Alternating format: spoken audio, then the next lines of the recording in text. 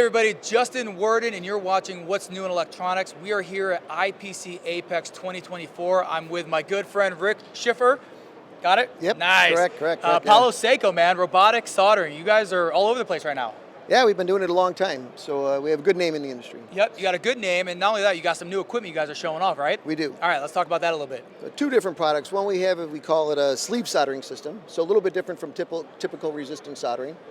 Basically, it's a hollow metal tube that solder feeds through, and it's good for high thermal heat sink components, very tight clearance of plastic walls and things and other components. And so it's a good product for that kind of applications. So you guys have been in the industry for a while, right? And over the last few years, there have been so many changes with technology and data and demand from the customer. I mean, they honestly want manufacturers to make better products, right? Because the demand for the boards are getting much higher. So what are some of the main changes you've seen on your specific side of things to make your robotic soldering machines better?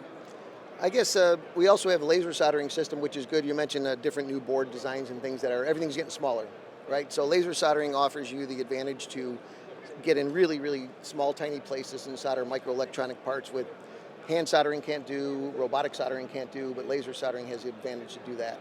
Now, over the years, the other change that I was kind of hinting at, typically when you see robotic soldering, you're only seeing them in the large manufacturing, high volume, large manufacturing, but it's becoming more and more common to see them in the smaller CM shops as well. Yeah, that's true. We have installed equipment in a lot of small CM manufacturers. Really high mix and low volume is not perfect for that, but medium mix and to anything medium and above is really good for it. So small mom and pop CMs are installing this equipment because, for one, since COVID, no one can find a hand soldering operator. They're just impossible to find.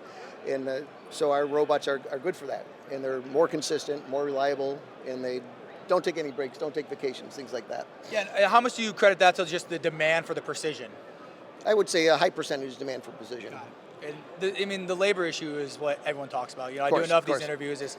I think half the time people are just hoping I can give them some resumes of people that work in the industry, but that's not the case. So you got the new product coming out. You guys got a busy booth over there. Anything else new on the horizon? Yeah, we have one other new piece of equipment. It's an induction soldering system.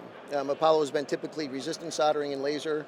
I mentioned the sleeve soldering, and now it's an induction system. So it's a good non-contact system, so consumable parts are extremely low. Long life head on there basically, and it can solder large thermal capacity components a lot better than a resistance solder tip or a laser can do. Now, going a little high level about Apollo, you guys are more on the global scale. I mean, you guys have a strong presence here in the United States, but you guys are all over the world, right? Yeah, we are. Apollo was invented in 1969, or started in 1969. The guy created it because hand soldering in Japan at the time, no one wanted to do that as well. So he needed to automate that process.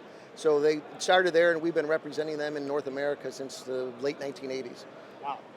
I mean, so long story short, you guys know what you're doing. We do. This is all we do as well. We don't do anything else. Yeah, we like that, man. And I say that with confidence, but it's not to brag about you guys, but this industry is moving so fast. When people go and buy a piece of equipment, they don't want to just buy the best piece of equipment. They want to buy the best piece of equipment that's going to last and not just get outdated 6 months after they install it. Right, yeah, these are designed for 24/7 operation, long life, very simple to program and use, and we have robots now that have been in production for more than 20 years. Well, I already know most people watching know all about you, but if they don't, where can they find your website? www.pauloseiko.com. Awesome. Thank you so much for your time today. Thank you.